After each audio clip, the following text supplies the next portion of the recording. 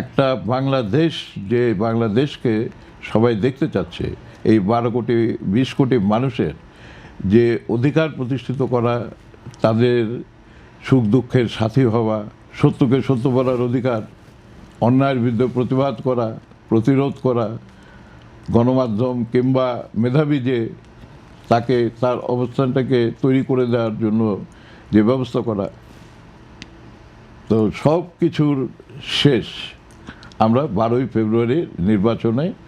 না, সেটা কথা না, কথা হচ্ছে সব কিছু শেষ, কিন্তু এই শেষ থেকে কি নতুন অর্থে রাজনৈতিক আচরণের পরিবর্তনের সূচনা হচ্ছে কি হচ্ছে না? কারণ রাজনীতিতে আপনি বললেন একটু আগে যে কিভাবে জনাব তারেক রহমানের উপর নির্যাতন করা হয়েছে, বেগম খালেদা জিয়াকে নির্যাতিত করা হয়েছে বা অনেককেই করা হয়েছে।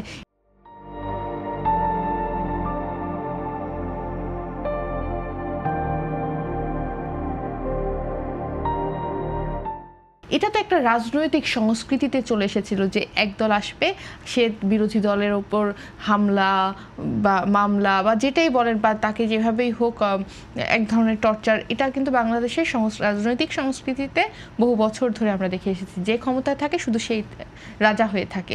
আসলে এই সংস্কৃতির পরিবর্তনের সূচনা হবে কি হবে না?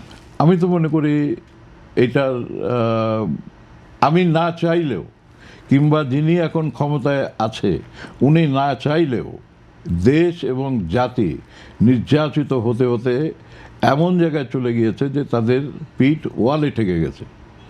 এখন যিনি সরকারে পরিচালনা করবেন, আমাদের দল বর্তমান সরকারে আছে, আমার বিশ্বাস যে এই জনগণের যে আকাঙ্ক্ষা, একটা বাংলাদেশ, যে বাংলাদেশকে সবাই দেখতে চাচ্ছে, এই 12 কোটি 20 কোটি মানুষের যে অধিকার প্রতিষ্ঠিত করা, তাদের সুখ দুঃখের সাথী হওয়া, তাদের যে বেসিক যে রিকোয়ারমেন্ট, অন্ন, বস্ত্র, শিক্ষা, স্বাস্থ্য, এই সমস্ত দিকে প্রায়োরিটি দেওয়া, সেটা গভর্নমেন্ট বাধ্য হবে এটা করতে।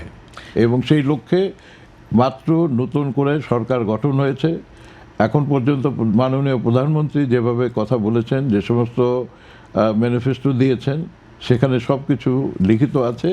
এখন যদি এই লাইনে আমাদের সরকার না এগোতে পারে, সেই জন্য দেশবাসীর সহযোগিতা লাগবে, তাদের উপরে প্রেশার ক্রিয়েট করতে হবে, গণমাধ্যমে এই জিনিসগুলো আসতে হবে।